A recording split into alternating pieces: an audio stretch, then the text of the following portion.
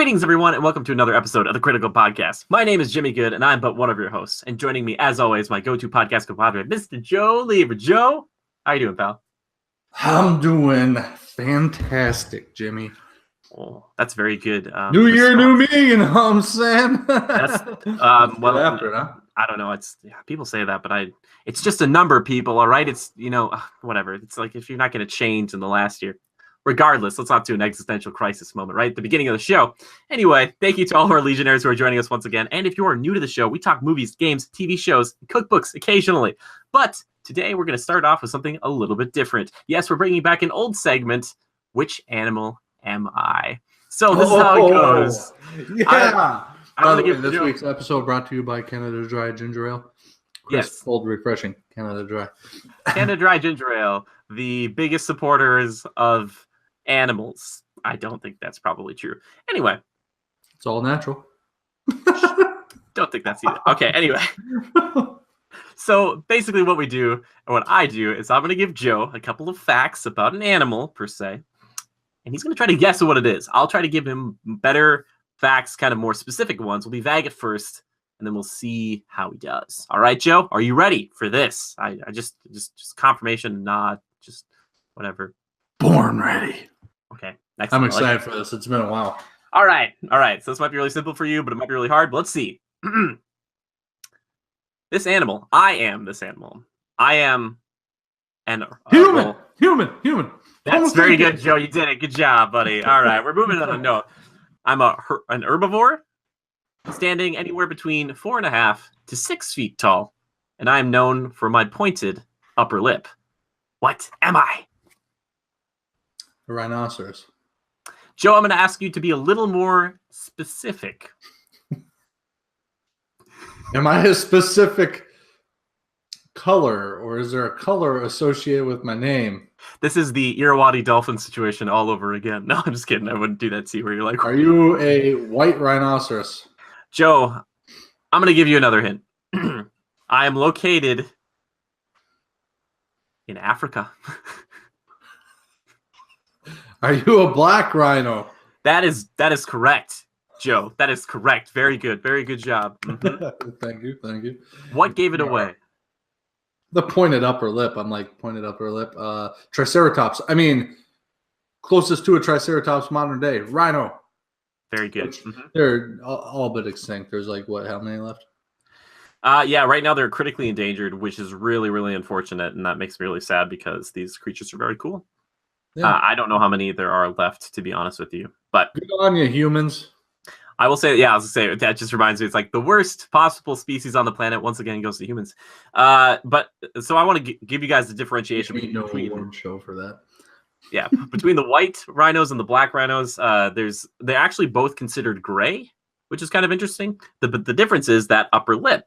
So the black rhino has got a pointed one, while the white one has more of a square one. Now that one for the rhinos, the black rhinos, it's made for going after like eating trees and bushes, while the white rhino is more about grazing in the plains. So that's the differentiation there. Oh, that makes sense, and I suppose I've seen that. Yeah, think of like a cow, kind of more so like that versus like a giraffe that might be kind of more like kind of picking away at like the bushes and the trees and stuff. It's really fascinating to see those, kind of correlations.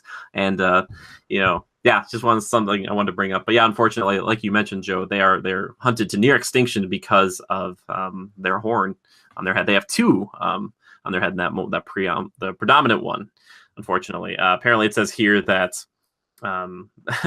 it's by commercial demand for its horn because it's valued in North Africa and the Middle East as an ornamental dagger, but it's also known for medicinal purposes over in China, Taiwan, Hong Kong, and Singapore. It's like, what? Like, yeah, like the ground up powder of a rhino horn will surely cure me. Yeah, exactly. It makes me kind of sick, but stupid. Yeah, I just wanted to at least if you go through this whole show and you're like, I didn't get anything out of that. Well, now you know the difference between like a white and a black rhino. And, now you know that, humans are stupid. That too. Well, if we didn't already show you that from the very beginning of this show, I don't even know what else we can do. But I'm just kidding. That's self-deprecating. We don't deserve this earth. No. Oh, here we go. Anyway, let's get into some news there, Joe. Pull a Zod and just terraform the Earth and start over. Okay, can I just side note? You brought up Zod. I like Zod because he is a sympathetic villain, because you understand why he was created to do what he was supposed to do. Like, he's like, I'm like a general, I'm supposed to protect Krypton, and when they bring him in Man of Steel, I know. Well, he was all locked up, man. He was locked up. They locked him up, and then it went. I mean, that place is gonna blow up anyway. But I absolutely love like the reason for wanting to do what he's doing, and I'm like, I get you, Zod. Get it. I get you. And like, be on Zod's team. What? Well, yeah, man. Another 5 minutes, and Soups would have had some issues, man. I'm just saying, he was picking up those powers fast. Like, Clark's like, I can fly, and Zod's like, I'm gonna do that in like 2 minutes. He's just like, I'm flying now, and I'm like, oh. You gotta wrap this fight up there, Soups. Yeah, sorry, just wanted to talk about that for a second. Anyway, Joe, speaking of DC, how do you feel about Ben Affleck as Batman potentially leaving in either the next, like the Flashpoint movie for Flash, or Suicide Squad 2? Suicide Squad 2 comes out in 2019, Flashpoint 2020. What do you think? Which one's it going to be? One? The other? Who knows? I don't know. Oh, it's tough. It's like Robert Downey Jr.'s just been rolling with the punches all along. He's been through dang near every film. And we've the appetite is satiated. We've seen him enough. He's been that character that you think of Robert Downey Jr., you almost forget his real name. You almost call him Tony Stark. Yeah, I know. I usually call him that when he calls at night. I'm like, hey, what's up, Tony? He's like, I had a hard day, Jimmy. Don't play this game. And I'm like, I'm sorry, Mr. Downey Jr. Tell me about your day. I'm just kidding, guys. Mr. Jr. It's like Doctor Strange, Mr. Doctor. He's like, okay, whatever. I love it. Yeah. What do I think about it? I think I don't know. Affleck needs they need to feature Batman like they did Iron Man. Really hit the character home, and then maybe persuade Ben to stick around longer. But then again, how long can you really expect the guy to cling on? You know. Well, that's the problem. Is we thought initially when he was announced as Batman, it was going to be like Tony Stark, Iron Man, Robert Downey Jr. thing, where he was going to be around and kind of, plant the seeds for the rest of the foundation. Thing. Yeah, and Henry. It doesn't seem to be that way anymore. He said back in November that he was looking for a cool and graceful way to leave the Batman role, and he said, "You don't do it forever, so I want to find a graceful and cool way to segue out of it." Okay, I can see where you say I don't do it forever, but so far you've done it for 3 movies, I think. Like, over Batman the course of how many years, though? But still, like, what? Okay, so Batman vs Superman, Suicide Squad briefly, and then just Justice League. So what? 4 or 5 years, maybe. Yeah. Maybe 4 years. I don't know. It's just like it makes it sound like he's been doing it. Like he almost wants to sound like a Downey Jr. because that's what Robert Downey Jr. has been saying recently. He's like, I'm trying to find a cool way to get out of this. Kind of bow out at the right time. It's almost like Ben's like, yeah, me too. But it's more like Ben saying, yeah, I don't want to do this anymore. It's like Robert Downey Jr. is sick and can't go to the gym anymore. He doesn't want to play dodgeball anymore, and Ben's like afraid of it. And he's like, I don't want to do this. It's just like, I'm sick too. I got to go to the nurse's office too. Like, it's like, come on, man. Like, I don't know. No, I think right off the bat they made a poor choice in casting Ben. Not that he's done a bad job. Yeah. It's just they didn't really think through to the end. They didn't think out their long-term plan. Ben's, how old is he now? He's got to be 50. Yeah, late 40s. We're doing a live fact check. Late 40s. You want to take a guess? I'd say like 46. 45. Wow. Very close. Very close. Born in 1972. So I guess he's going on 46. Yeah, he's in pretty good shape for 46. He got ripped for these movies. Oh, yeah, totally. It's like you put in a lot of time and they put a lot of money into him being a mainstay here. That's just the weird thing is I'm thinking like Flashpoint makes a little more sense to get him out because a lot of crazy stuff happens in like the Flashpoint paradox and all that stuff. But if you like outed Suicide Squad 2, like does he have another cameo? And he's like, I'm done being the Batman. It's like, okay. Maybe they have already thought it out and they're like, Flashpoints are a way to rejuvenate the system.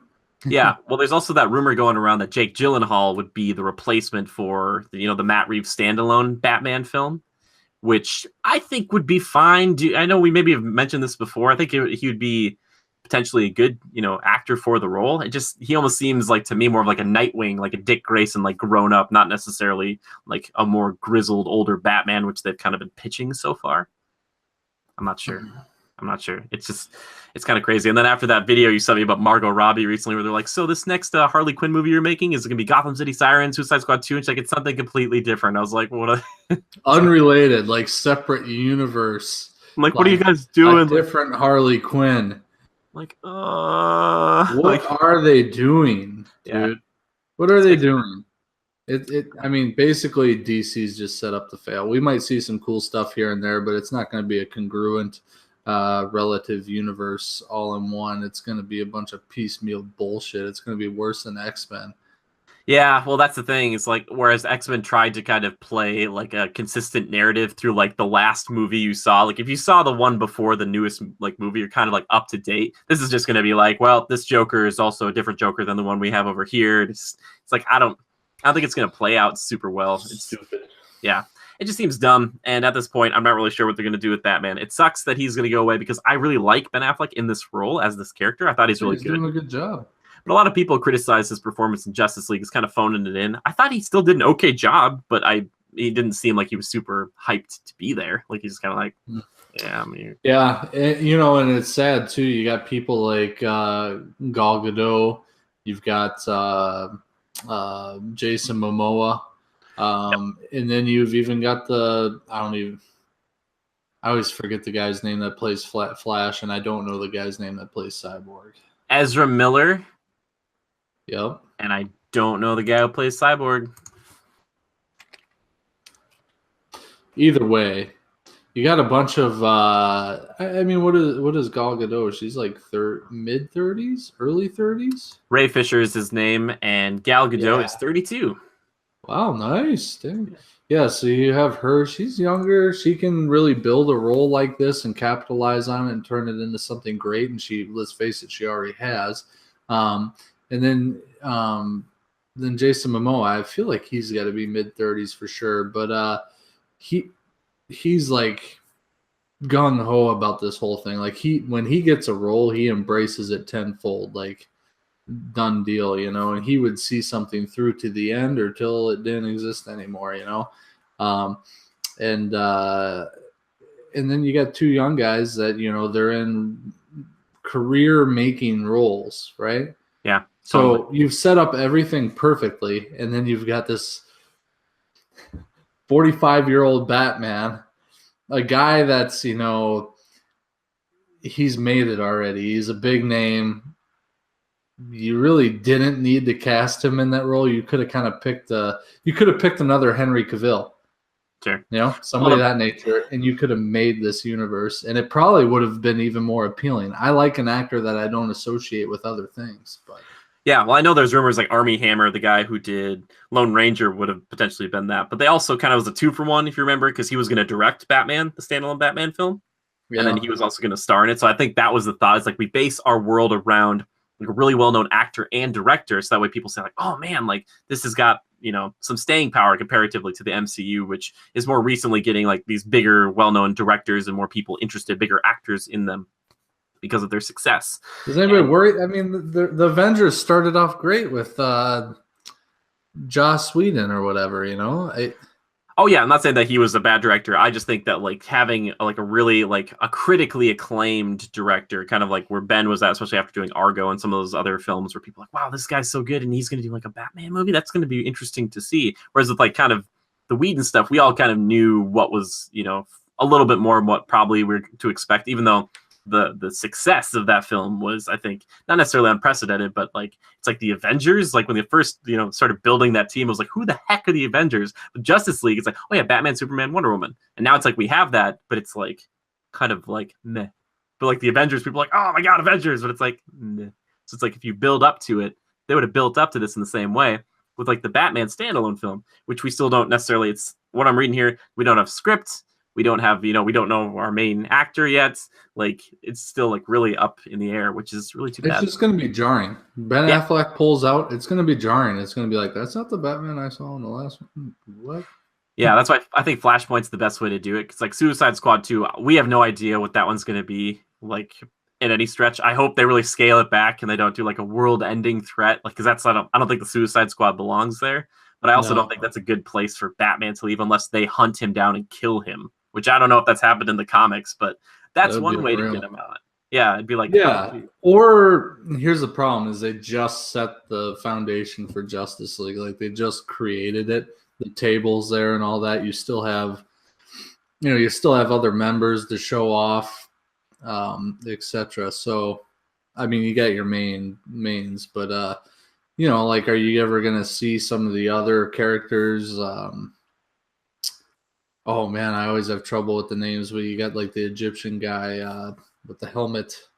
Oh, you're talking about Dr. Fate. Dr. Fate, the Hawk guy. See, I can't remember. Hawkman, Hawkgirl. There's Hawk like Girl. Black Adam, which we're still waiting on. Black Adam, yeah. Shazam. So Shazam's still coming. It's just like, it's like, can you get rid of Batman yet? No, you can't. No, and you can't replace him yet. And you can't. Yeah, you can't replace him yet or get rid of him. And could you do something like transition to like a Batman Beyond character or a younger Batman? A Batman replacement of some sort? No, it's a little too early. Like the Justice League has to be a little more established, and some things have to happen between there before you get to the point where you can introduce like a younger Batman replacement, like Bruce Wayne's long forgotten son. Well, here's the other issue that they kind of could have just resolved all of this in the last movie is if he would have taken on a Robin at any form, at any stage of life, the next Justice League could be set a little bit in the future. Maybe they'd have to age up Barry a little. I don't know if Cyborg, but there's Aquaman, Wonder Woman. Like those people aren't necessarily, or Superman, they're not aging. So you're like, oh yeah. So he had a Robin at the very end. Maybe that's like your teaser at the end of Justice League. And you're like, oh, he's got a ward. And that's Jake Gyllenhaal. Like, maybe you jump 30 or 40 years and it's like, it's been a while since we've had this kind of threat, It's like, that can work with those characters because they're like all immortal. They're like, it's harder for them to age for some of them. I don't know that for a fact, but look at like just Wonder Woman and Aquaman, for instance. I'm not sure Aquaman is. I think he might be, but I know Wonder Woman is. Like she's. Well, I mean, they could set that up for Aquaman. I don't know. He's not that old. I don't think they portray him as being that old. But yeah, that's true. He's not that old. He might just be his regular, like human, half human standard age. Yeah, exactly. But still, you could just say that. Like, just you don't have to. I don't think you have to play as stringent with these things, especially if you're not doing the whole fish thing yet with Aquaman. Just be like, yep, in our universe, he happens to be immortal just because we like Jason Momoa. Jason Momoa wants to be here. We're just gonna age everybody up and just make Batman work because it'd be a lot cooler if you had like Robin, who always says like, my dad looked up to you, or like my protector looked up to you, Superman, but he never completely trusted you, or something like that, to kind of keep that through line, because that's the dynamic between those characters they've built up over these past few movies between Superman, Batman. It's kind of like, well, that's gone now. It's tough, man. There's some cracks in the foundation, and this thing could come crumbling down with even the slightest rain wash. Yeah, well, I'm just hopeful either way. I just want to see this stuff continue because I honestly truly like the Justice League. I just want to see it be cool because there are some moments that are good. It's like, yeah. I mean, they've got there's some good flavors in there. We just got to get it on the main course, Yep. I'm just waiting for Disney to just buy them up. Somehow Disney will. Metaphor. That's okay. I saw you going with it. Let's talk about another movie, Joe. Something a little more dark, as it were. Our friend of the show, Todd McFarlane, not necessarily the creator of Spawn. He'll be directing Spawn, if I'm not mistaken. Yeah. He spoke at Ace Comic-Con, and he said some really interesting things. He said, it's funny in Hollywood, if you say you want to do an R-rated movie, they go like, oh, like Deadpool and like Logan. And he said this on Playlist, and he said, or The Playlist, he said, for me, no, Deadpool to me was a PG-13 action movie. It just had some naked butts and a couple of F-bombs. Other than that, I thought it was the same PG-13 formula. I'm talking R. I'm talking that there will not be a lot of fun. There will not be any stupid lines in it. I never like my hero to make a joke right when the jeopardy is at its highest. I felt that if my hero wasn't afraid right now, why should I be? I want my heroes to go, oh, X would have deleted. What do I do now? He said some really good things there. Like, That's all. I agree with them. Situationally, I don't want anything to be made light of. I want it to be taken seriously. I want it to immerse me in the experience. Like I want to feel that fear. Um, it's okay to be afraid, but being afraid is what makes somebody brave, right? So, um, Yeah. No, I think definitely. Well, and there's this interview that they had last year via Deadline where he said this is pretty great. He says, "I don't know how to read music, and I have a Grammy award. I'm spending my own money, so who cares if it doesn't work out? It's a $10 million budget movie, and a studio would just get a 22-year-old punk director. I just want to be the old punk directing it." And so obviously he loves this character a lot. Like the guy yeah. tweets out stuff about him constantly. He's always drawing him, and I think that right there speaks volumes, and I'm excited about that because I think he makes a good point, and this is a criticism I would levy at Deadpool. The formula is PG-13. They just threw in a ton of swearing and some stuff, that like wasn't for that audience. But I still think that the structure is there as opposed to like a true R-rated one, which I think like Logan would bridge a little bit more because that one's more like obviously it's brutal and there's still swearing, but that one's more of like an adult film where it feels like it's supposed to be more somber, or at least not that adult films have to be somber, but that it's more mature. It doesn't like joke around with stuff. It's a really like sad and depressing and kind of cruel tale. That wouldn't be necessarily good for even with a kid in there who's like murdering people. It's like so that's why I'm kind of hoping Spawn is at the same time. Like I don't need it to be like really depressing like Logan was, but I do like that he said, my favorite thing he says here is, I don't want them to make a joke right when the Jeopardy was at its highest. Like that is such a good thing because I think the Marvel cinematic universe really does that too often. And I think for me, that's one of the reasons Thor fell flat in a lot of areas. Like there would be like this big crazy moment, and then they'd be like kind of a joke, and then like kind of wink at the camera, and I'm like, what? This is supposed to be like a huge deal, and it's it like kind of takes you out of the experience. It's a little jarring, but yeah. It's like just because Guardians of the Galaxy does super well, it doesn't mean everybody needs to be Guardians of the Galaxy. It's like everybody just exactly. Certain films lend themselves to that style. They just shouldn't all be doing it, especially world-ending climactic events. You need to be a little tactful with humor. You know what I mean? Yeah. Well, obviously you do. You virtually said it too. But anywho, Spawn, maybe a bit of that Logan vibe, but I think you're going to see, obviously you're going to get more of a horror aspect to this film, right? He's going to do this character justice because it's his character. It's his sole focus. That's it. Spawn is it, and you got to think every penny of that budget is going to go towards making this character successful. And really, this is its only shot. I mean, if this doesn't work out, you'll probably never see him on a film screen again in cinematic format. But I hope we get some decent action in there and they take advantage of the R rating. Don't hold back. Because I mean, yeah, Spawn lends himself to doing some pretty insane stuff. Here's the thing I'm worried about. What was the budget for Deadpool, Jimmy? You know that? Oh, I can look it up pretty quick. I remember it was a much smaller, obviously, because it was an R-rated film. $58 million. $58 million. The budget for this film is $10 million.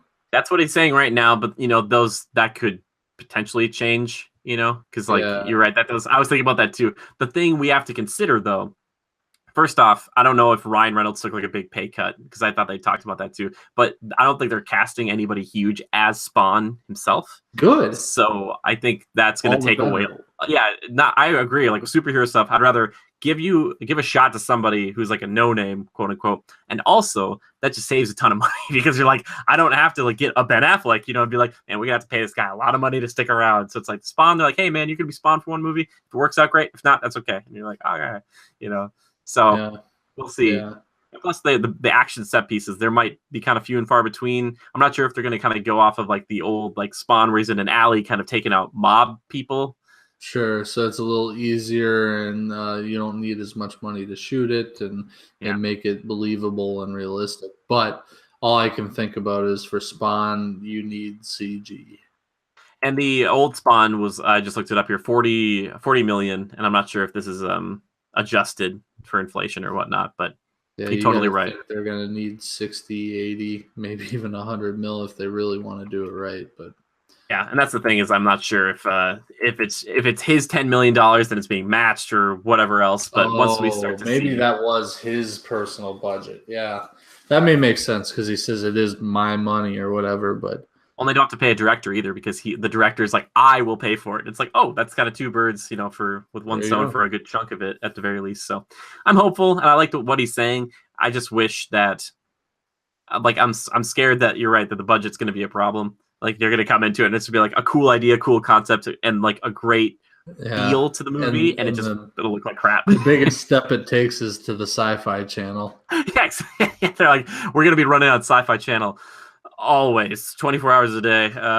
Please watch it. Go watch it on there. Slots on Sci-Fi are cheap. Yeah, I wonder if they did consider doing like a Netflix thing though. I wonder if Netflix would consider like picking them up and saying like, "Hey, we'll finance this thing," because Netflix is going nuts with their like own Netflix original stuff. But I'm not sure if that's tied up in HBO. Like, because I know that cartoon, the Spawn cartoon, was HBO. Yep, HBO. Well, HBO could go nuts with it. God, you see Game of Thrones, you see all their other shows. Goodness, like on. I would love to see Spawn get like Game of Thrones budget for like season 1. I'm not saying like now where it's like insane, but I mean like just give it the same treatment. Just be like, oh, here you go. Like we're giving you some money. Season 1, it was pretty insane from what I saw. Yeah, I'm just saying like because like right now isn't like each Game of Thrones episode like the cost of like an entire old season or something. Like they put so much into it that they're just like, yeah, just gonna highest budget of any TV series ever, and I think. I mean, you're probably talking more like movie scale, 100 million plus, You can probably look that up. It's public. Plus, I know that it's like also one of the most pirated shows too. It's like, so they're probably taking hits, but HBO's like, we're fine. Don't worry about it. We get those sweet HBO subscriptions. I want to go back and watch them. But it would only make me upset because 2019, just give me something for the pain and kill me. Waiting till 2019. You'll be fine. But I'm still excited about. Don't make little of my pain. I'm excited about Spawn. I hope it's good. Man. They say low budget, but I'm just still. I hope some sort of factor comes in and really gives it that push it needs to be. To be of Deadpool quality, only horror-ish. Yeah, totally. Joe, I want to play a quick game with you. Are you ready? I was going to throw you some curveballs this week, buddy. It's going to be great. We're going to play a game called Yay or Nay. I am going to list off a bunch of films coming that are actually all Disney because I found this thing about all the Disney films coming out. There's a lot that I didn't even know about. So all I want from you is a yay or a nay and one sentence describing why. And if it's nay, I don't know about it, or nay, I don't care. How far out are we projecting? How many years? Just this year, man. Wow. Okay. Yeah. Get ready for it. Are you prepared? I'll play the game too. We'll play the game. Okay. Okay. First one. A Wrinkle in Time. Now, these are out of order, by the way. This is coming on March 9th. Wrinkle in Time, based on the book. Yeah or nay? Pause. Time out. I gotta tie my shoes. I forgot to tie my cleats up. Can you give like a little synopsis or like an idea of what it's about? The premise? I will read you a brief. I was like, oh, this will be such a fast thing. I don't know what A Wrinkle in Time is. It's a science fantasy. It's a science fantasy novel where kids get to go to a magical world. More or less. I'm sorry, I'm oversimplifying it for fans of the book. I'm sure there's much more to it than that. Nay, sounds lame. Move on. I just feel like I'm just so short. All I'm thinking of is like Chronicles of Narnia, Witch in the Wardrobe. Dude, Chronicles of Narnia is good, man. Okay, I'll tell you this right now, Joe. If I went, Lion King meets Harry Potter, dude, if God in the world was a giant lion that I got to fight on a battlefield with and watch him destroy other like monsters and the queen, I'm all about it. Aslan's a 10 out of 10, man. When he roars and stuff, I always get goosebumps. Like, oh, Aslan's here. And it's like, oh, the fight has shifted. And it's Liam Neeson, dude. It's Liam Neeson. Yes, Liam Neeson would play God. And Santa Claus gives you weapons in that world. So, yeah. What?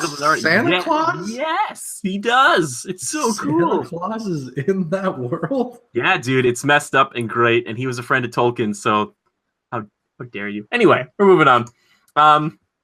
I'll say yay. I'm happy for the people who are happy about it. Looks interesting. I know my sister is a fan. Next one. Incredibles 2 coming out June 15th. Yay or nay? Nay. And why?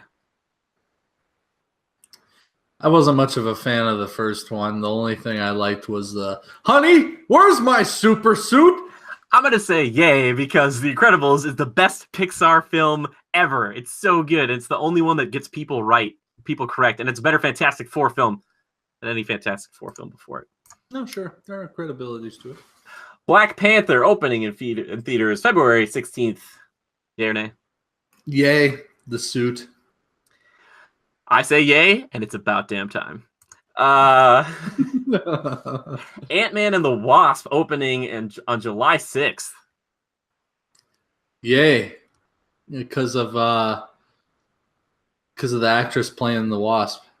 I was going to say yay for the same reason, but I'm just excited to see Paul Rudd back, man. I see their costumes here. You like the texture, man. I'm going to hell for forgetting her name, but I think she's amazing. Evangeline Lilly.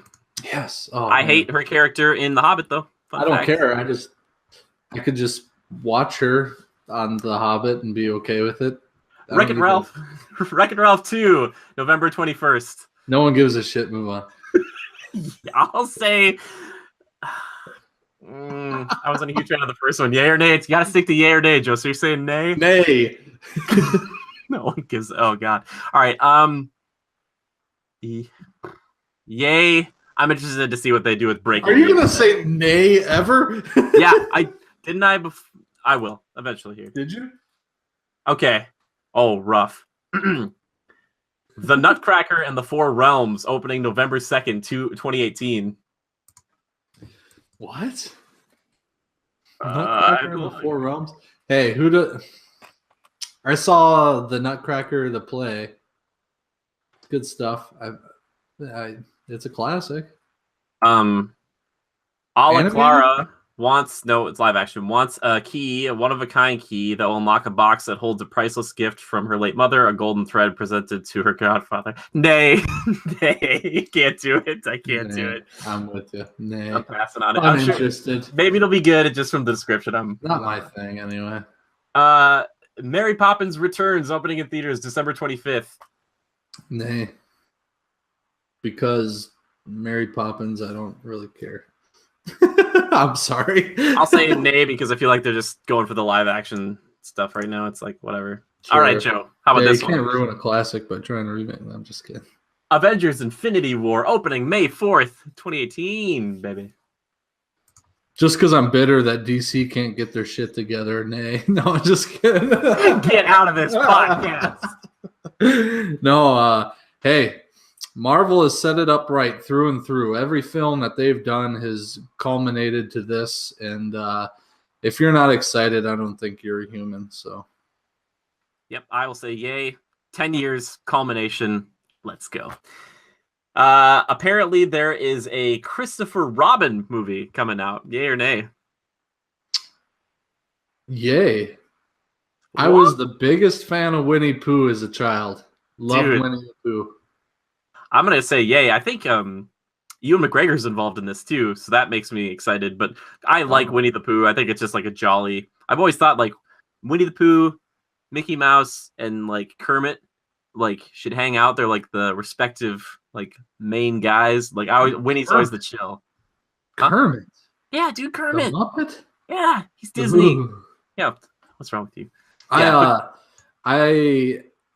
I like Winnie the Pooh. I love that movie where they go into that big scary tree and they get lost in like the root system or something like that in the cave system. I don't remember it, but it was a movie. Oh yeah, it was kind of like a Halloween type one. They're like in the cave system or whatever, and then they come out and they walk out of like the face of the tree or whatever. Huh. Weird. It's kind of cool. Yeah. Is it the one about Tigger or the one about Piglet? Nightmares. I don't know. There's like one about Tigger. There's one about Piglet. I don't know if it's a Halloween movie. Joe, you should look this up. I don't know. It could be either. Winnie the Pooh, Lost in a Tree Cave. How do you spell Winnie the Pooh? WINNIETHEPOOH. By the way, he's got a great ride at Disneyland and Disney World. Even though Disneyland is kind of backwards. If you ever go on the rides, check it out. The scenes are off. They're in different orders. It bothers me. If you want to move on, we can. I'll just search for this. Last one here, Joe. Solo. Pooh's Grand Adventure. Pooh's Grand Adventure. When did it debut? The Search for Christopher Robin. 1997. Oh, was it in theaters? Oh, I don't know. I just had the VHS tape, I'm sure. Sure. Last one, Joe. Solo, a Star Wars story, which is supposed to be due out in May. Yay or nay? Say it one more time. Star Wars what? Solo, a Star Wars story. It's about Han Solo. Who's Han Solo again? Just say nay. I don't know. Maybe it's he's the guy with the blast. Harrison Ford. Harrison Ford. Okay. Yep. Is Harrison Ford in it? I don't know. I don't think so. It's like a prequel. Could be fun. Yay. God. I'm gonna say nay because I do not care. Like, even as a Star Wars fan, I'm like, you pick just like what I think. I love Han Solo, but I just don't care about his backstory. I'm sorry. As a Star Wars fan, you're going to hell. I love that you did. You said yay just to be spiteful, didn't you? That's yay or nay for you, everybody. Please play yay or nay in the comments below. If you'd like, you could even just write yay, nay, yay, nay, yay, whatever, and I will try to remember what I said and maybe be confused. I like that game. So if you ever have a suggestion for yay or nay, I like it. We gotta have to have a bunch of things, and it's good. It's good. All right, Joe. Whoa. Oh God. An ad started playing. I like lost it. I was like, there's music. The Predator is here. Anyway. Speaking of the Predator, Joe. Yeah. We got some games coming up here. Some dreams. Let's dream a little bit together. Dreams. First off. Hello, caller. How may I help you? Sounds like they're making an Alien video game. Sounds like it's going to be a shooter on PC and on some unspecified consoles. I'm guessing PS4, Xbox One, or whatever is next, But it's in the works right now. And the thing that's really interesting to me is the group that is consists of. There's people who've worked on BioShock Infinite, Metro Prime 3, Neverwinter, City of Heroes. I'm not a huge fan, but I like BioShock Infinite. It's a fun game. And I'm hopeful that they kind of implement some of that gunplay in there because it's pretty good. So, Joe, as a fan of the Xenomorph, and you wouldn't be playing necessarily as the Xenomorph, maybe you could in a mode or something, what would a good first-person Alien game be to you? What are you looking at? Are you looking at, kind of like the graphic fidelity, like you're back in that world, kind of like Alien Isolation was? Do you want to have like upgradable guns? Do you want to hunt similar to Alien Isolation, big old space tanker, the cargo ship the size of God knows what. You got a mini map. You got supplies, you got guns, and it's you and a buddy trying to, I don't know, what should your end game be? Get the ship back to Earth without dying. Do you fight one alien or multiple aliens? Ooh. Because my guess is that they're going to go for, like, multiple. Let's call it, like, remember they had the 2 or 3 in that cage, and they kill the one to melt through the cage? Oh, in the Joss Whedon one. Yeah. So let's call it 3 or 2. Is it kind of a thing where you feel that you would have multiple encounters with the same one and maybe they'd take like damage over time, where it's like you did some damage and they ran away and then they came back and like, oh, I remember because I shot its arm off, so it lost its arm, but it came back. I was like, well, maybe that wasn't a pet. Okay. Yeah, something cool like that. Something where, it's not like you shoot them and they die, but yeah, damage over time, maybe Monster Hunter World style. And yeah, make it okay, don't make it as difficult as like the Destiny 2 raid, because that was a little difficult. Or just infinitely spawn and just thousands and thousands and thousands of them, that'd be a lot. Unless you're doing like a Predator mode from the very first Alien versus Predator, and you're standing on top of a pyramid, and you have to blow up as many as you can. It's just like I'll kill as many as I can. That would be so cool. I just think it'd be cool to make it kind of action-y. Like we need some substantial action to keep the interest there, but make it a bit of a thinker, similar to how Destiny does their raid. Although the raid was a little bit too complex for me, I didn't totally enjoy that. Yeah. We didn't get very far into it, but add some intellectual properties to it. And I don't mean own trademarks or anything like that, but literally make it a little bit of a thinker, but still add some action into it and make it fun. And then if it looks good, it's going to be great. So, but to me, everybody knows on the podcast who's listened before how much I value multiplayer, hanging out with my friends and doing something cooperative like that. To add that into a game of that nature would be awesome. I even think that Alien Isolation would have been better in a scenario like that. And, set up your environment so there are lots of places to hide. Like, where'd you go? Are you good? You good? Okay, it's on your right over your right shoulder. Stay down. That communication, that banter, That'd be cool. And the intensity can make for a fun time, So if they can do something similar to that, but maybe amp up the action a little bit, that could be a game worth buying. I know that the last game that they kind of did with like an action focus was Colonial Marines, and it was actually pretty hated because the game was really glitchy and not anything kind of like what they promised. So hopefully this group can make something better than what that was before. I think I played Colonial Marines one time. I don't know how. I don't know if it was a beta or something or a sample, or I might have even bought it. I don't know. Either way, it was on Xbox 360, I think, and it was bad. Yeah, that's so sad. Like it had wheels, but they went flat pretty quick, and you could in like online multiplayer, it was like Call of Duty style, only it was really dark. I remember, and you were playing against. You were either the Marines or the aliens. Weren't there Predators too? Maybe that came out eventually, but when I played, there wasn't a Predator. That would be awesome, Alien versus Predator battle, but it could be awesome. Let me say that. But yeah, it was tough, and playing as the alien was cool. And you go into it thinking, I'm going to be OP. I'm a freaking xenomorph. I'm going to rip everybody up, right?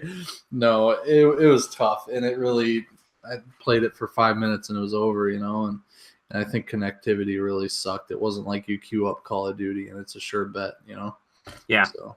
Well, let's hope that whatever they make will be good, because the movies have been kind of in a weird space right now, and it would be nice to see a return to form, maybe kind of like the movie Aliens, where you have maybe a queen that you're trying to get to. Like they say, like, we think there's a queen on this planet. You're going to have to fight your way there, and most of the people, let alone maybe interesting like fauna on the planet, has been overtaken, and so you might get different types of xenomorphs, just like little things here and there, maybe just the aesthetic, or maybe they get some like one or two new abilities. Maybe they have claws where they don't normally have claws, or something like that to kind of shift it and change it, kind of shape, sizes, Covenant-esque. Get the spice going, man. Yeah, that's all I'm trying to say. Should we make it like maybe not quite this big, but Ghost Recon style, where you got kind of a large map, you're on a planet, you need to destroy a nest, and then you find a ship and get home or something of that nature. There's an end game to it, but that could be really cool. Could be really cool. Yeah, that'd be really cool. It'd be also really cool to just like, I don't know if they would do it open world, but it'd be really sweet because you could come up on like maybe like a little fortress or like a scouting tower, and you might be like, we need supplies, but is it worth going in there to potentially die for it if there's like 3 or 4 of them in there? And you're like, we got to take the risk. We need to get in there. We need more ammo or whatever. It's just like, so yeah. Also be cool to like do combo things. Like you'd have like maybe like acid resistant armor or something. So it's like you could like, I could distract it and you could jump on it and like stab it with a knife, or, if you want to make it a little crazy, go a little crazy with it. It's a video game. Like don't feel like you just have to be a guy with a gun just shooting like crazy all the time. Like, change it up, be smart, because that's how they destroy these things. You gotta be smart, or have a big flamethrower, which in Alien Isolation, I think just kind of pisses it off. It's just like, oh, be back. Like, it's like, it's so bright, my eyes. We don't all have like auto loaders just hanging around, Ripley. Anyway, yeah. But I'm excited about that. I thought you would be excited about it because I was like, I am, yeah. I like your idea a little better. yeah. Well, I don't know. I'm hopeful. I want it to be cool. Like I want it to, if it's a video game, it doesn't necessarily have to adhere completely strictly to any one thing. Like branch out, be creative. That's what games get to do, is be more creative than anything else. Because you're like, I'm in a world for 60, 80, 100 hours. I want it to be crazy. Go nuts.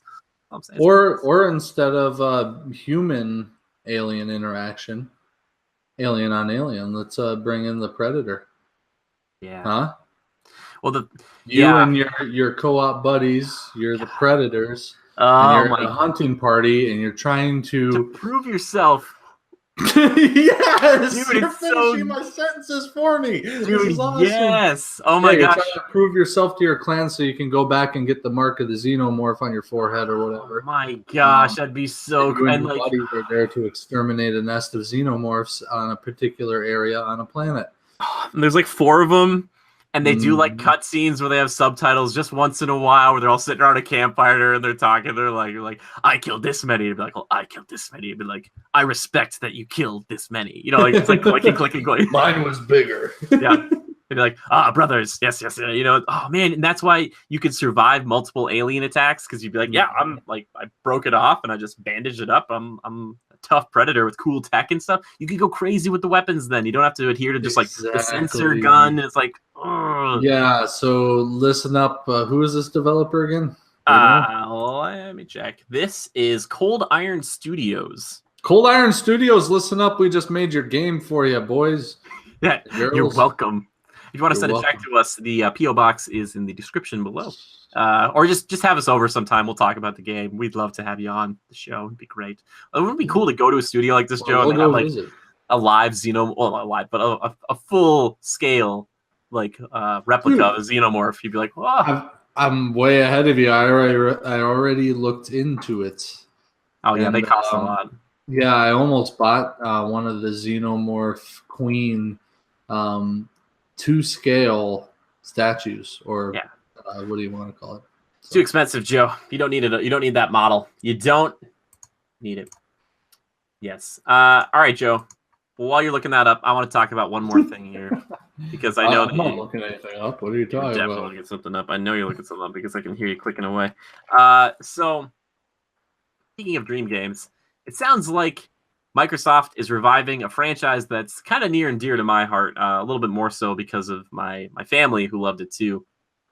Fable. Now, Fable's got an interesting history because Lionhead Studios was shuttered by Microsoft recently, but now Microsoft is going back to the drawing board with a new group and trying to make a new Fable game, which is kind of interesting because they kind of were like, nope, we're not doing this anymore. However, and I kind of want to make this clear too, a lot of this has to potentially do with Horizon Zero Dawn. It's like, Jimmy, what are you talking about? Horizon Zero Dawn is a magnificent game, and I think everybody should play it. Please, if you haven't bought it or played it on PlayStation 4, please do so, because it deserves a praise. I know we didn't talk about it a lot for the critics, but honestly, for best art direction, it's a very wonderful package. But because of the success of that, which, if I remember correctly, was like they sold, was it 3.5 million copies or something like that? Something like that. I'll look it up. Anyway, because Horizon sold so well and it was a first-party title on just in a single-player game, Microsoft is kind of like, hey, I guess single-player games aren't dead. Like, a lot of people thought that for a while, Joe. They were kind of like, oh, it's multiplayer games, only co-op and all this stuff. Like, you want games you keep coming back to, blah, blah, blah. Not that you can't keep coming back to a single-player game. But because Horizon did so well, Microsoft's kind of like, oh, we should get our own first-party kind of like RPG thing. Oh, wait, we already have one, but we're going to use a new group. It's interesting because, like I said, they shuttered it, but now seeing this new information, they're kind of reassessing it. And I've always liked Fable. I wouldn't say I love Fable like a lot. Like, I've always enjoyed it, but there's always been something kind of weird about it. There's a lot of systems going on in that game, and it doesn't always mesh together super duper well. What's the premise of Fable? Like, what kind of characters or environment are we talking about? We're talking like a medieval fantasy type of thing that's kind of a little cartoony. It's got like some British humor in it too, you know. But you know, the thing about the game, Joe, is like you would make a character and then you could decide if you were going to be kind of like good or bad. And like if you did good things, you would kind of be like a glowing, like shiny, like good person. You might get a halo eventually. If you were bad, you'd look demonic, have like horns and stuff. And you might have access to different abilities depending on which way you went. Like if you were nice to people or if you were mean and tried to kill everybody. So it was kind of cool because you kind of made your character into whatever you wanted, depending on the spells and just kind of how you interacted with the world. And that was really cool, but it never felt like it was completely fleshed out in the best way possible. Is there any doubt which way I would go? I know you got a halo. Yeah, right. Yeah. Be plucking halos off all those fairies. Yeah. Yeah. Anyway, I'm just excited because I really love to see a first party RPG on Xbox with Microsoft going forward, because I think it's something that they really should consider, especially now that they know that these single player games still do really well. Like Horizon did really well. Last of Us did really well. Uncharted games do really well. What like about Skyrim? Yes, Skyrim did incredibly well, and that game has been modded, and like it came out in back in the day on the 360 PS3. Now it's just like they just keep re-releasing it. Even though some of these games like Uncharted have multiplayer modes, and Skyrim I'm sure has some crazy mode in it now too. But yeah, single player games are still kicking. It's still amazing and wonderful, and you don't necessarily need multiplayer to do really well. And I'm just really hopeful that whatever they make will be excellent. Joe, what would they have to do to sell you on this game? Because you already have the system for it. What would they have to do to sell you? And let's just put your multiplayer co-op stuff aside. As a single player, like what would they have to do? What would they have to say? Well, you said cartoony. Kind of. Yeah, I'm more of a Horizon Zero Dawn had a kind of realistic feel to it, which I loved. I didn't play it, but from the gameplay and whatnot I saw, and all the marketing, it looked gorgeous. A game of that style would appeal to me if it was on Xbox. I would miss the co-op feature though, or being able to interact with a buddy and do certain things. But yeah, I don't know. Like I played a little bit of Mordor, or what was the one I played, Jimmy? You played Shadow of Mordor. Shadow of Mordor, yeah. That was okay. I didn't. Excuse me. I'm not bored. I'm just tired. Anywho, Shadow of Mordor was okay, and I guess that would be kind of similar to that, right?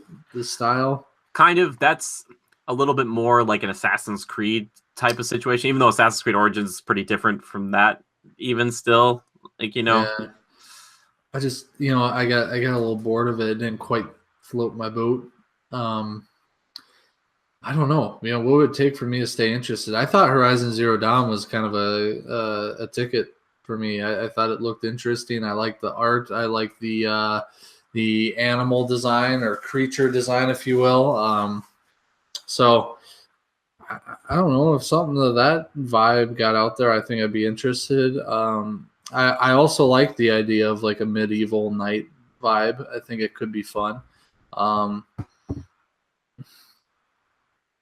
don't know. It's tough. It is. It'd have to be one class act to get its claws into me, Sure. Well, clearly there's still a market for it, because I'm reading here that they sold more than 2.6 million copies within its first 2 weeks. So it sold millions of copies at least. And it sold way more than that because that was published back in March. And it just shows that there's a fervor there. You look at that game, you look at Legend of Zelda Breath of the Wild, and that one sold a ton. It also came out with a new system. But if Microsoft wants to play ball with this, and people say like, okay, so there's Horizon, on good old PlayStation, but then you got Zelda on the Switch. Well, what's on Microsoft? And so Microsoft's saying, hey, we got Fable. Let's work with Fable, and let's give a new team fresh perspectives in there. It sucks that all those people at Lionhead Studios lost their jobs, but I'm hopeful that this is for the best. I don't know where it's going. Fable's in a weird spot. They were making these kind of offshoot games that were like had the Fable name, but they weren't necessarily Fable games. So it would be nice to see it return to form. Have to go back and use a old title. That's the same thing you see in movies, man. It's like when they make the next Ocean's 8. It's like, well, that could have been called something else, but it's like, hey, it's got the Ocean's title in front of it, so It just sells better. It's easier because people, when you bring out something new, if it's not really big and striking, like Horizon is, like Horizon Zero Dawn's a weird name, but sticks with people like, oh yeah, robot dinosaurs, instead of doing Yeah. So why aren't they doing something like that? I think it'd be a better way to go, personally. like a brand new thing. I think it's because Microsoft needs all the help it can get with this, and I think having an established franchise that some people has a core audience really loves, but then hopefully bring in more people. That's the hope, I think. I think from like a marketing business standpoint. I don't know. Plus, they'd have to make a brand new thing, and they've been having issues trying to get like brand new stuff on Microsoft recently. It's like, we're trying to get these new like IPs, but it's hard for us. So it just doesn't seem to work, or they kind of cut the funding, or something bad happens. I don't know. I'm excited. I'm hopeful. I hope you guys are too. Let us know down below, though, what you're more excited about: a new Alien shooter or a new Fable RPG. I want to know. It's hard to compare the two, but I just want to know what people are excited about. New Alien shooter, yeah. New Fable, yay. Well, I'm just hopeful. I'm hopeful. Nah. Anyway, yeah. Well, either way. Still playing that game? Yay or nay. That's what it is. Yay or Anyway. nay. All right, Joe. It's that time of the podcast, and I like to salute our commander, Mr. Jonathan Larson, our $100 patron over on Patreon.com. Jonathan, we support you, and we salute you, my friend. Salutes, Jonathan. All right. And as Jonathan likes to say, their fate concerns me. Yours does not. Thank you so much for your support, Jonathan. We support that you support us. We appreciate it. Thank you. And if anybody else wants to get a cool customized avatar, check us out over on patreon.com/critical reviews to see how you can get that. Anyway, Joe, it's that time of the show that I like to call, that you like to call, that we like to call Time Killers. That's right. It's time for Time I Killers. that out and I knew the camera was on you, so you're just like stuck in that great moment, just like the games we've been playing, the TV shows we've watched, the movies we've been viewing. Joe, what have you been killing time with, buddy? I'm sorry I sprung that one on you, Jimmy, but I think the viewers will appreciate it. A little funny moment. Curveball for me. A little curveball for you. Not a game, nothing great, but still funny nonetheless. What have I been killing time with? What have you been killing out in the jungle, Joe? What did we do recently, Jimmy? What game did we pluck out of the box and put in that disk drive the other day? Was it Ghost Recon Wildlands? I believe it was. Why would we do such a thing? Why would we do such a thing? Well, we heard about a little free event that they were doing. Something about hunting the predator. Yep. Now, when they say the predator, that's a capital P, people. Yep. That is the predator, the alien predator that tried to kill Arnold Schwarzenegger. Not Joe means he tried to kill. I think his name was Dutch. He didn't really try to kill Arnold Schwarzenegger in real life. Like, did anybody tell Arnold it wasn't real? Like, Arnold's like, I killed this thing. I did it by myself. It was so great. The cameramen were there. They would not help me. Help me! Help me! Poor guy. He's like recounting his memoirs. He's like, that time I went and fought in the jungle. Great movie. So good. Anyway, we could take that so much further. That would be so much fun. Anywho, yeah. So hunting the predator in good old. I always forget the name of the country. Oh, Bolivia. I was like, it's Bolivia. Costa Rica. It's Costa Rica, man. We've been over this. So hunting the predator in good old Bolivia. He's out there killing cartel members, hanging them by trees, skinning them alive. Helping us out, honestly. Helping us out. I don't think we've met one cartel member that entire time. Anywho. Is that El Sueño up there? Yeah, what the hell? That was our job. We're taking credit for it. Yeah, we got him. We skinned him alive, too. Yeah. Don't ask us why. We just skinned him alive, all right? Just seemed like the thing to do, all right? There's skulls everywhere. Just put skulls out.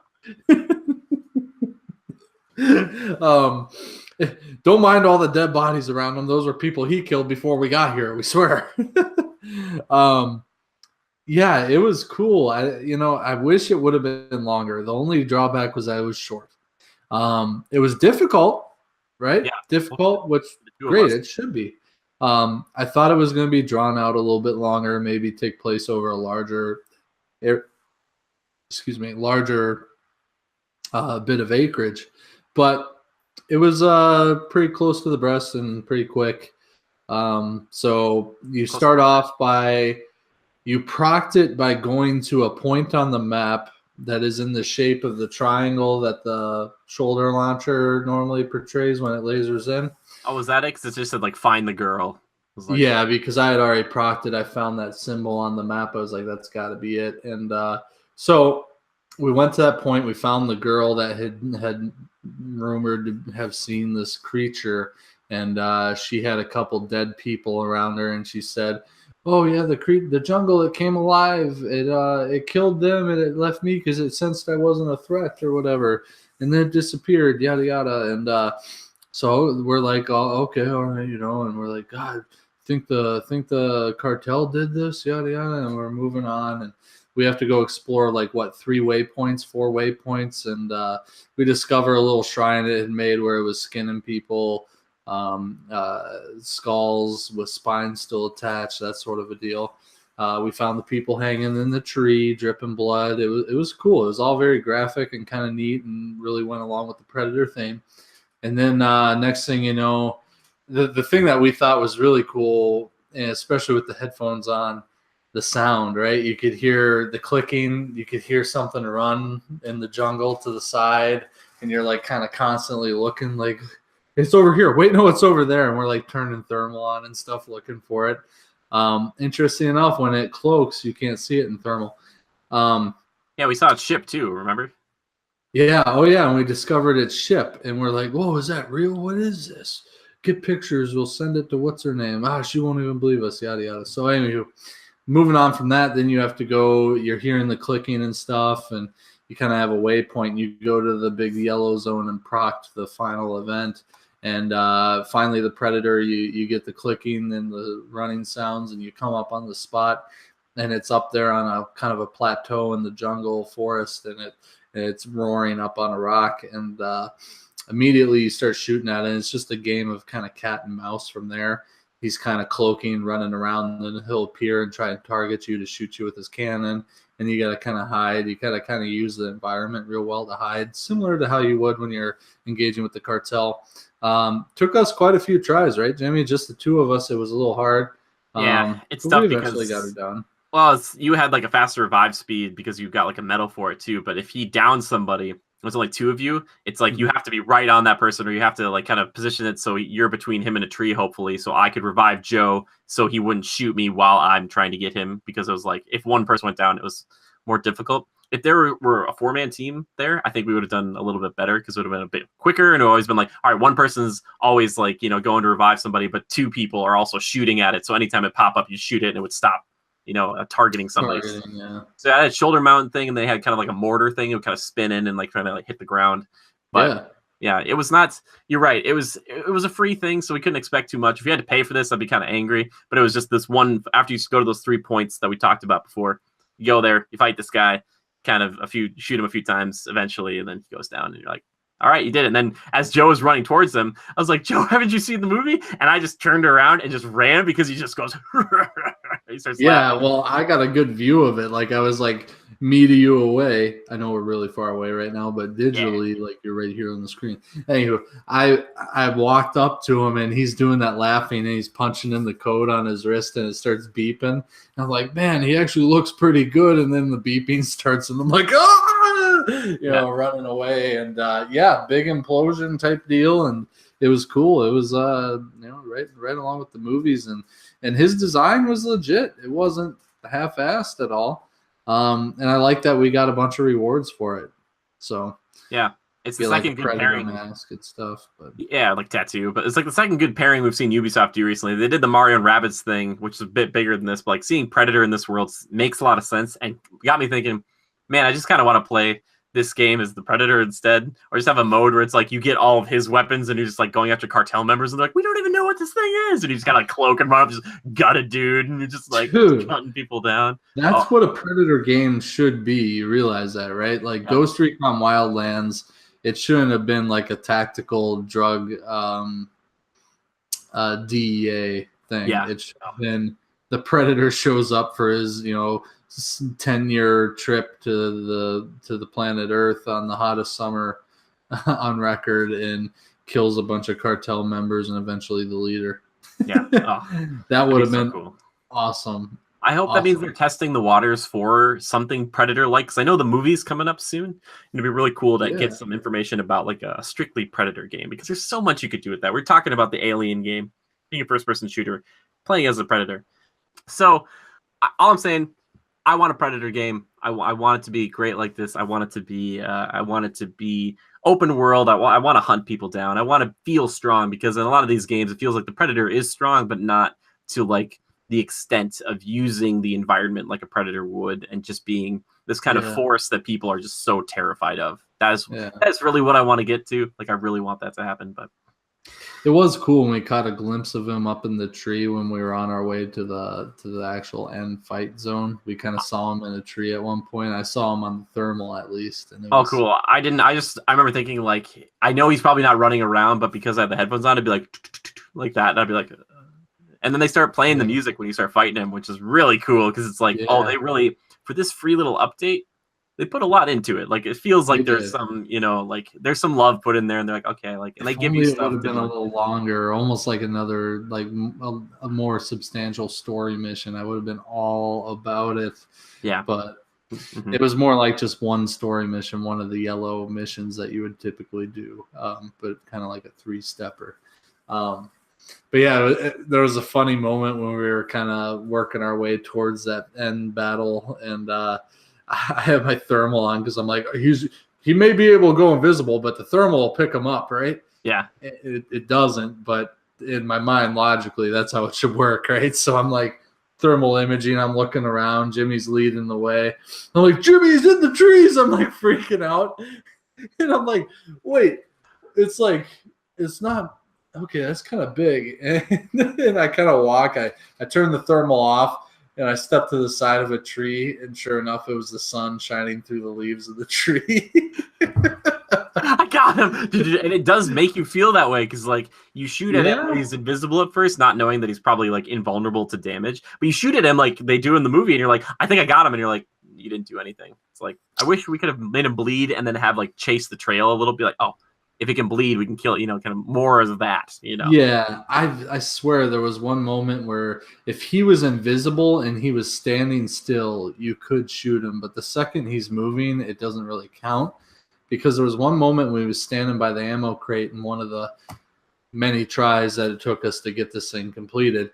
I swear I shot him when he was invisible and standing there. And immediately once you hit him, he's going. But I'm pretty certain I did hit him. Yeah, but it is interesting that you can kind of see him running through the woods on all around you, and when he's cloaked, you just see that kind of blurry outline of him. And it's not like you're seeing multiples either; it's only one. Yeah, it was cool. And also, he's like using the audio your character said earlier to like and throw it back at you and be like, oh, if it bleeds, we can kill it, or like stuff like that. And I was like, oh, this okay. Yeah, cool. That was cool, or whatever it was. Oh. If only they could take our voices, Joe, and then he could throw that. It would be like you have to have a mic on. And all that stuff. All I know is I want the Predator to be in all the Ubisoft games. Put him in Far Cry 5 somewhere. Let me play some in Far Cry 5. Let him hop him into Assassin's Creed Origins. These guys are old. Have him just pop up and be like, you have to hunt the Predator and fight him with like a sword and spear and a shield and stuff like that. Because they're known to do that, to fight people one-on-one. So that would be, just put him in every game, Ubisoft. Just take this thing and run with it. I just say nuts. Just say Predator's in all. He's invading this game. He's invading this game for a little bit. You and your buddy in Far Cry, Montana, you got to shoot him. Go find him. That would be awesome. Get to the chopper. Get to the chopper. Yeah.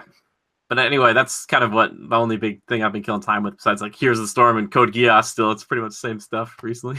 You're working on our Game of the Year video. That's about it. So not much else for me. Cool. All right, Joe. That means we get to move into my favorite segment of the show, if I can even say it. Community feedback. That I like to call. That you like to call. Community feedback and questions. We did it. It was like flawless, like Lucy Lawless. If you wonder what I'm doing, it's getting those time codes, baby. Gotta get them. So, Joe, I just wanted questions this week. I didn't want feedback this week because we're getting so much nice feedback for our Game of the Year video, which I appreciate. You should go check it out if you haven't seen it already, but I really appreciate it. Thanks, guys, so much. All right. First one comes in from our dear friend Lil Red Rider or Savannah H. At Go Critical, #Critical Podcast, and at Lever_627. I hear a lot about how much Joe loves xenomorphs, so I was wondering, what are the goods and bads of the Xeno's design? Would you change anything about it for improvements, or leave it as it is? Now, Joe's gone on and on about this thing. Nobody really knows what I think about it. He's always talking about how sexy and sleek it is. How could it be better? I'll tell you a few ways. Make it the thing jacked. I'm talking big, muscly arms. Give it a couple of nice eyes. Maybe red. I don't know. Maybe are they at the front? Are they at the back? I don't know. You tell me. A couple of wings, maybe. Throw some spikes on its back, too. Also have it breathe fire. I mean, acid's nice, but okay, I know. I'm a little bit jokey there. I don't know. It's hard to really improve on that design. I think it looks pretty good, especially the original classic one. I think the eyeless thing is cool, but at the same time, Joe's always talking. He's like, how would this really work? I'm like, so how do it just senses things around it? It would be kind of cool to see eyes. Part of me feels like it's got some sort of visual receptor in its forehead, like almost like, they kind of show off its vision in Covenant when it's running through the halls of the ship. And I wonder if it's got some sort of visual recognition, like through the membrane of its forehead or something. Yeah, don't give me like one stupid eye in the middle though, where it just like opens up. I like that it doesn't have eyes because it's more ominous in that aspect.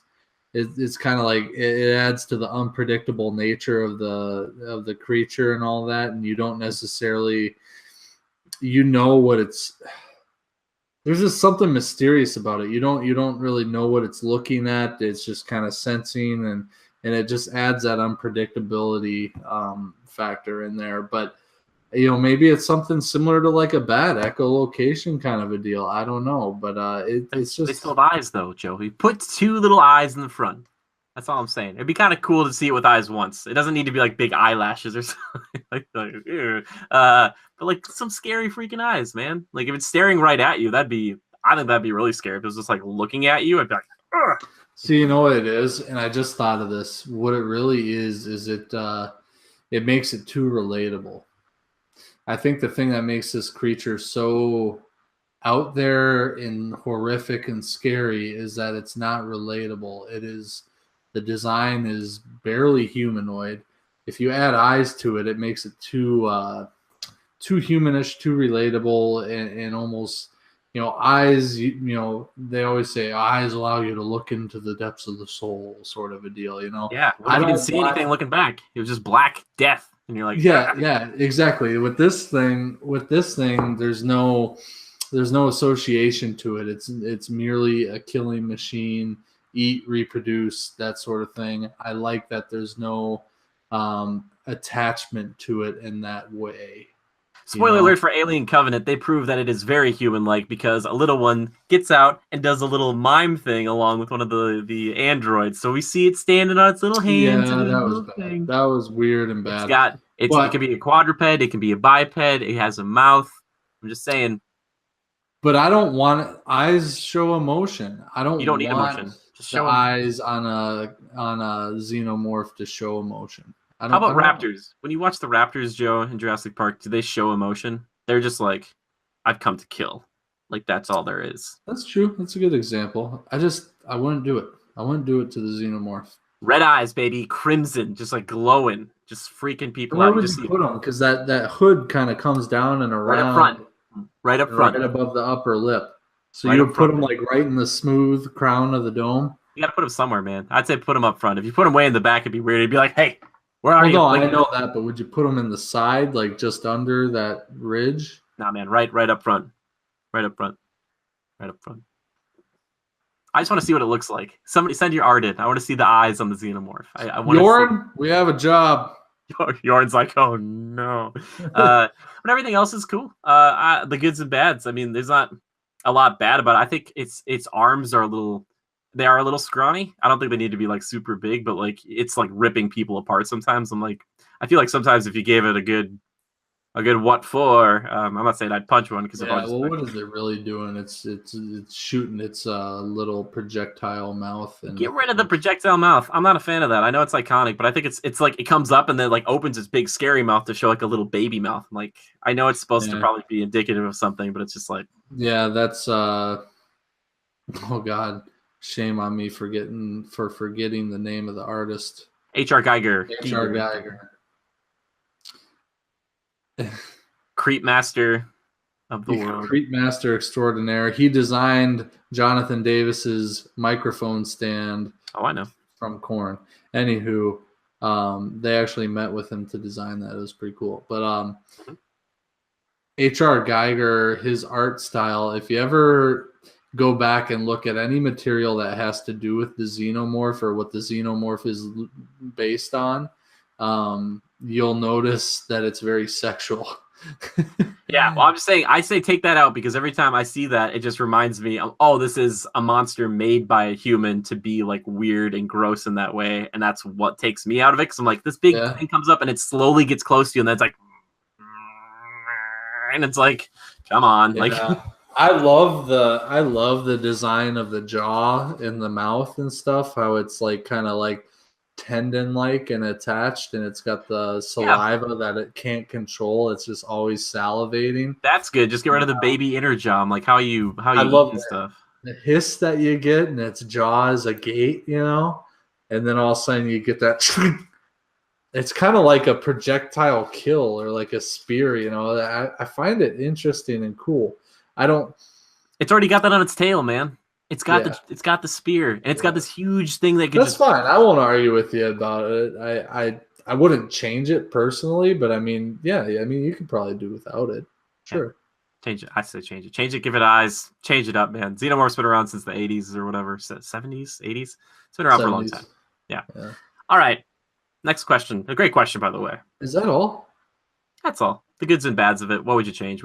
What about the back design with like the 4 like snorkels for breathing? That's fine. I don't know. I don't think about it too much because then I think about it swimming underwater, and then I think of like the Joss Whedon one, even though they do that in Aliens as well, but you don't really see it as much. Just, I don't know. I just want, if they would have spent as much money in Alien Covenant as they did on that thing from the beginning and like shown it throughout the entire film, it would have been great because it looks spectacular in that film, but you get like 8 minutes of it. You're like, you really don't get much of it. And it's so quick too, and you watch it like flying down the hallway, and it's like, wow, this is really scary and intense, but I can't even appreciate it because it's like, it's over. It's like, okay. Yeah, if you really want to get a good look at it, go watch the first AVP. Yeah. I love that because they actually, like, I know people make fun of those movies, but there's like a lot of respect for the designs of each of those characters or those creatures in that movie. Oh, yeah, they do a good job. They're real prosthetic suits, right?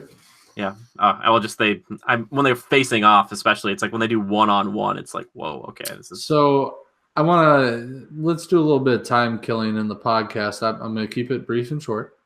Short and brief. I'm sorry, dude. Don't get rid of the little projectile mouth. That's okay. I'm looking at the statue of this. Get rid of it. So this is it's for sale, and it is a life-size xenomorph queen replica. Yuck. Life size. It's on.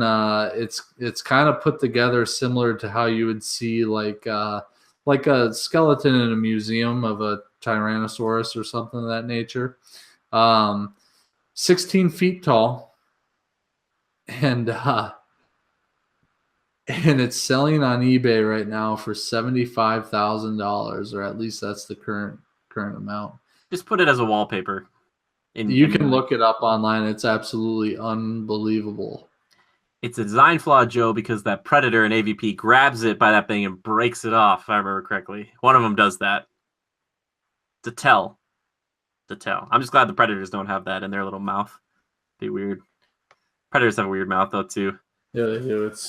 I think Predators are uglier or creepier looking than a xenomorph. They have eyes, man. That's the thing. Like, you take off the helmet, which makes them feel like not human at all, and then they have those creepy little beady eyes, and you're like, and it roars at you and runs at you. It's like, like. Yeah, but I appreciate the xenomorph, and it's almost like kind of an exoskeleton-esque design.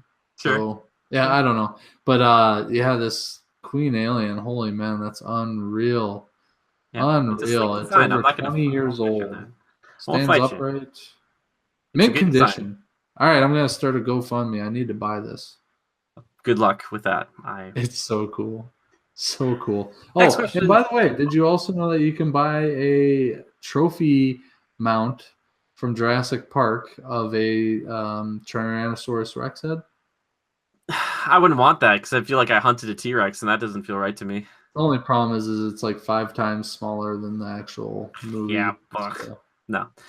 Our good it's still buddy pretty big. Sean asks us, Echo Critical at Lever_627. Community question: online game guides, yes or no? If yes, are there guidelines? #critical podcast, which he went on to clarify. For me, I'm a yes, but I have guidelines. Online games or MMOs, I will certainly use them. I did use a guide for Persona 5. I believe that's P5, gifts and social answers.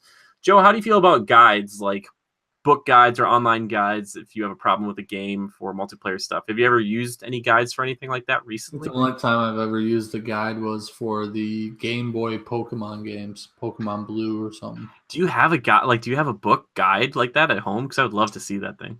No, I think a friend of mine did, and I might have borrowed it. Oh, cool. Sure. But yeah, it was a full book guide on the game. It was cool. Yeah, well, for you, I think the guides have kind of gone away a little bit for like online games where it's more like if you play a multiplayer game like Overwatch, you might watch like how to be really good with Genji. Like maybe that is a little more towards the question. Like have you ever watched any stuff like that where you're like, oh, I want to learn like tips and tricks with my favorite, Overwatch like Reaper video? Yeah, Overwatch I have. I have watched it on Overwatch. I've also watched it on Call of Duty, like best gun to use and how to use it and what perks to have. I have watched Overwatch tips on, how to run a certain character, or certain tips and tricks to deal with certain characters, that sort of thing. Yeah. So yeah, I enjoy checking in on stuff like that now and again if it gives me a little bit of an edge. Cool. Yeah, I usually look at those things before a game comes out just to see like what, like I was looking at the Monster Hunter World, all their weapons and things just to see like, oh, cool. But usually for a game, I guess I will say I looked up some stuff for usually if it saves me a lot of time and I'm kind of beating my head against something. So for instance, like I was playing Legend of Zelda Breath of the Wild, the Trials of the Master Sword. And the issue here, Joe, is I was doing well through, there's like 3 different trial sets. There's like a beginning, a middle, and an end. And the end one is so long and so arduous if you don't know what's going on in like the next one, like the next room to come up. If you don't have a tip or trick with you, you can like lose 45 minutes of time. And like you just go back. Like you don't start on like, if you go from like wave 10 to 11, like the next room, you don't go back to 10 if you screw up on 11. You go back to 1. And it's just like I can't, like, for me, I want to play a lot of games and do a lot of things and make a lot of videos and stuff. And I can't be burning time on stuff like this. So I was like, I'd look it up and be like, okay, I'll see how to do it. And it does feel a little disingenuous, but I'm the one who still did it. And I still had to get through it myself. So it's not like I'm cheating. I didn't put a code in or anything. It just makes the process a little bit simpler. And for single player stuff, that's fine. Online games or MMOs, I could see why you'd want to use those to like learn like the best places to maybe grind and level up your characters. But yeah, the only other game I could think of like that, but it's only like a book version, is like Dragon Quest 8. My buddy had like a really cool book, and I might get one for Dragon Quest 11 because I love the artwork in them. And it's mostly just to look up different recipes for stuff, or to be like, oh, if I want to make this cool sword, I'm gonna have to get all these ingredients for it, whereas I wouldn't have known that sword existed. So it's just like, for me, that's, if that helps you decide online versus single player guides and stuff. Great question though. Really good question. And our final question. This is such a good question, Joe. This is from our friend Discart, who put this on last week's podcast, and he said it like this: I am preemptively striking with my question for your next podcast. There have been many games in the last couple of years with amazing graphics and mechanics related to food and cooking. Do you have a game that made you hungry? If many games did make you hungry, then please, which one made you hunger the most? This was originally a best food of 2017 question, but feel free to open up to other years. Love what you guys are doing. Keep on rocking. #critical podcast. Joe, is there ever a game you just looked at recently and you're like, dang, some of that food looks real good. Real good. Anything that jumps to mind at all? In a game. Yeah. Because if you need help, I can help you. I can do that. I can do that thing. One that's coming up that looks pretty good. Monster Hunter World, before you go out on a hunt. You can make like a meat plate and stuff, and it looks really good. Your guy like grabs like shrimp, and he's like ripping it off, and I'm like, Really? that looks really tasty. That's cool. I'm like, Japanese games have been doing this. Zelda, the food looks really good. Final Fantasy 15 has some of the best looking food I've ever seen. It's like all real. You can make it. I've done it. I did a video about it. Like we made the food, which is really cool. That probably makes me the most hungry because like you sit in a camp at night and you get to eat food and it looks so delicious. It's like so good. And it's like they give you stat boosts for the next day, Joe. So like if you eat like a meat plate or a stew or something, it'll give you like a bonus to attack and health the next day. And it's like, that's kind of realistic, you know, where you're like, yeah, if you had a good meal the night before versus not, you'd be like, man, my stamina is low or whatever. So like, that's cool. Like those ones come to mind first. Yeah, for me, I honestly don't. Grand Theft Auto 5. Do they have a lot of food in that game, though? Yeah, when I eat my little snacks that I carry with me to up my health, and then does it even show you eating anything? It's just like candy bar, and it's just like yeah, it's like a candy bar, and he's holding like a wrapper up to his mouth, and you see he kind of eats, and crumbs fall, and then he crumples and throws it. So he litters. Sure, yeah, because in that game I don't give a crap.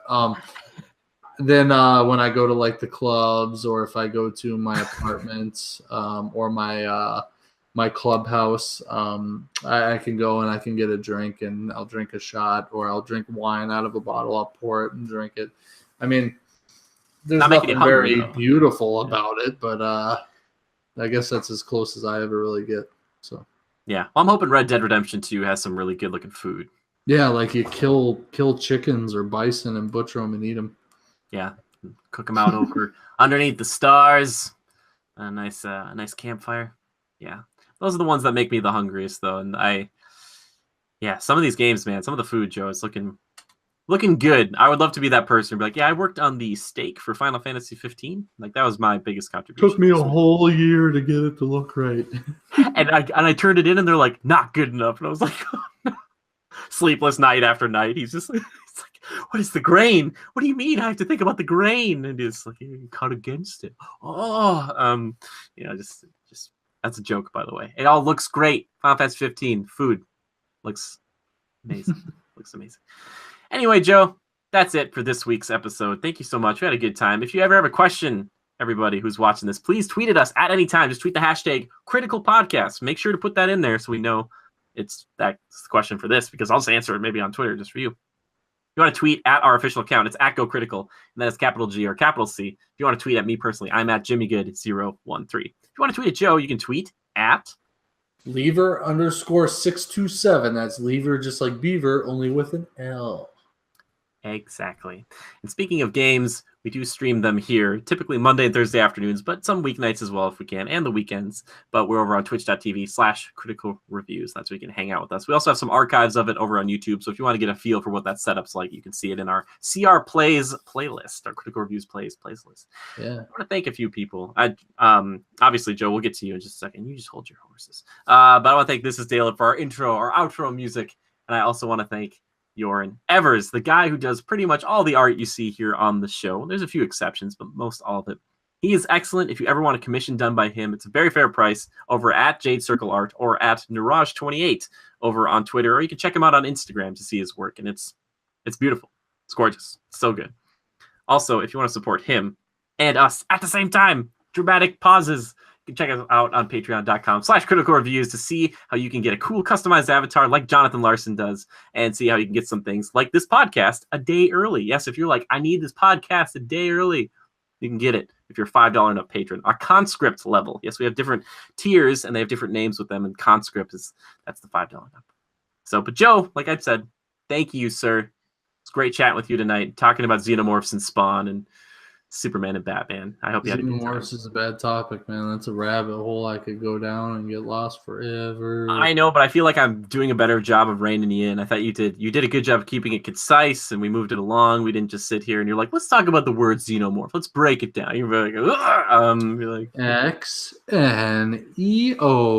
No, there's X-E-N-O. Joe, you don't even know how to spell your favorite thing. Yeah, I forgot the E. Xeneo. Xenomorph. It's no more for the Snowmorph. Anyway, thank you, dear viewers and our Legionnaires, for checking us out. Besides just, donating, which a lot of you guys have been doing. Thank you guys so much. Share this with a friend. Really appreciate it. Check out our Game of the Year video. Please let us know if you have any feedback on this show or any of our shows. We want to hear it. We love hearing from you guys. And yeah, until next week, just remember to adapt and overcome. We'll see you then. Bye.